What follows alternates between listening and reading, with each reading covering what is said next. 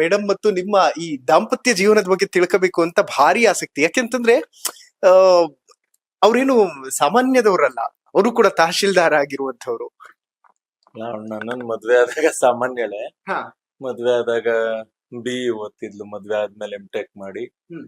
ಆಮೇಲೆ UPSC ಮಾಡ್ತೀನಿ ಅಂತ ಸ್ವಲ್ಪ ದಿನ ಡೆಲ್ಲಿ ಕೋಚಿಂಗ್ ತಗೊಂಡು ಆಮೇಲೆ KPSC ಲಿ ತೇರ್ಗಡೆಯಾಗಿ ಈಗ KS ಅಧಿಕಾರಿಯಾಗಿ ಪಾಂಡವಪುರದಲ್ಲಿ ತಹಶೀಲ್ದಾರ್ ಆಗಿದ್ರು. ಈಗ ಮೈಸೂರು RC ಆಫೀಸಲ್ಲಿ ಇದ್ದಾರೆ.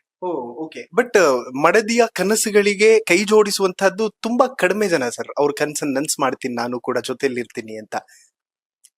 ಅಲ್ಲ, ಅದು ಒಬ್ರಿಗೋಸ್ಕರ ಒಬ್ರು ಆಗ್ಬೇಕಲ್ಲ. ಈಗ ಅವಳು ನನ್ನನ್ನು ಸಾರ್ವಜನಿಕ ಜೀವನದಲ್ಲಿ ಕ್ಷೇತ್ರದಲ್ಲಿ ಈಗ ನಾನು ಅವಳಿಗೆ ಟೈಮೇ ಕೊಡೋದಿಲ್ಲ, ಮಕ್ಳಿಗೆ ಟೈಮ್ ಕೊಡೋದಿಲ್ಲ. ಅವಳಿಗೂ ಕೂಡ ಏನೋ ಸಾಧನೆ ಮಾಡಕ್ ಹೊರಟಿದ್ದಾರೆ, ಜನಸೇವೆ ಒಂದಷ್ಟು ಕನ್ಸಿಟ್ಕೊಂಡಿದ್ದಾರೆ ಅಂತ ಹೇಳಿ ನನ್ಗೂ ಪೂರಕವಾಗಿ ಸಹಕಾರ ಮಾಡ್ತಾಳೆ. ಅವಳ ಕೆಲ್ಸಕ್ಕೂ ನಾನು ಸಹಕಾರ ಮಾಡ್ತೀನಿ. ಅಮೇಜಿಂಗ್. ಬಟ್ ಎಲ್ಲೋ ಒಂದು ಕಡೆ ಸರ್, ಸರ್ಕಾರಿ ಅಧಿಕಾರಿ ಆದ್ಮೇಲೆ ಅವರಿಗೆ ಒಂದಷ್ಟು ಲಿಮಿಟೇಷನ್ಸ್ ಇರುತ್ತೆ. ಸಾರ್ವಜನಿಕವಾಗಿ ಎಲ್ಲೂ ಕೂಡ ಅವರು ಪಾಪ ಮಾತಾಡಂಗಿಲ್ಲ, ನಿಮ್ ಜೊತೆ ಪ್ರಚಾರಕ್ಕೆ ಬರುವಂತದ್ದಕ್ಕೂ ಕೂಡ ಕಷ್ಟ ಆಗುತ್ತೆ. ಪ್ರಚಾರಕ್ಕೆಲ್ಲ ಬರೋದಿಲ್ಲ, ಬಟ್ ಕುಟುಂಬದ್ದು ಕಾರ್ಯಕ್ರಮಗಳಿಗೆ ಅವಳು ರಜೆ ಇದ್ದಾಗೆಲ್ಲ ಹೋಗ್ತಾಳೆ. ನಮ್ಮ ಕುಟುಂಬದ ಯಾವುದೇ ಶುಭ ಸಮಾರಂಭಗಳು, ಯಾವುದೇ ಕಾರ್ಯಕಟ್ಲೆಗಳಿಗೆಲ್ಲ ಹೋಗ್ತಾಳೆ. ಲವ್ ಮ್ಯಾರೇಜ್ ಅಥವಾ ಹೇಗೆ ಸರ್? Arrange marriage.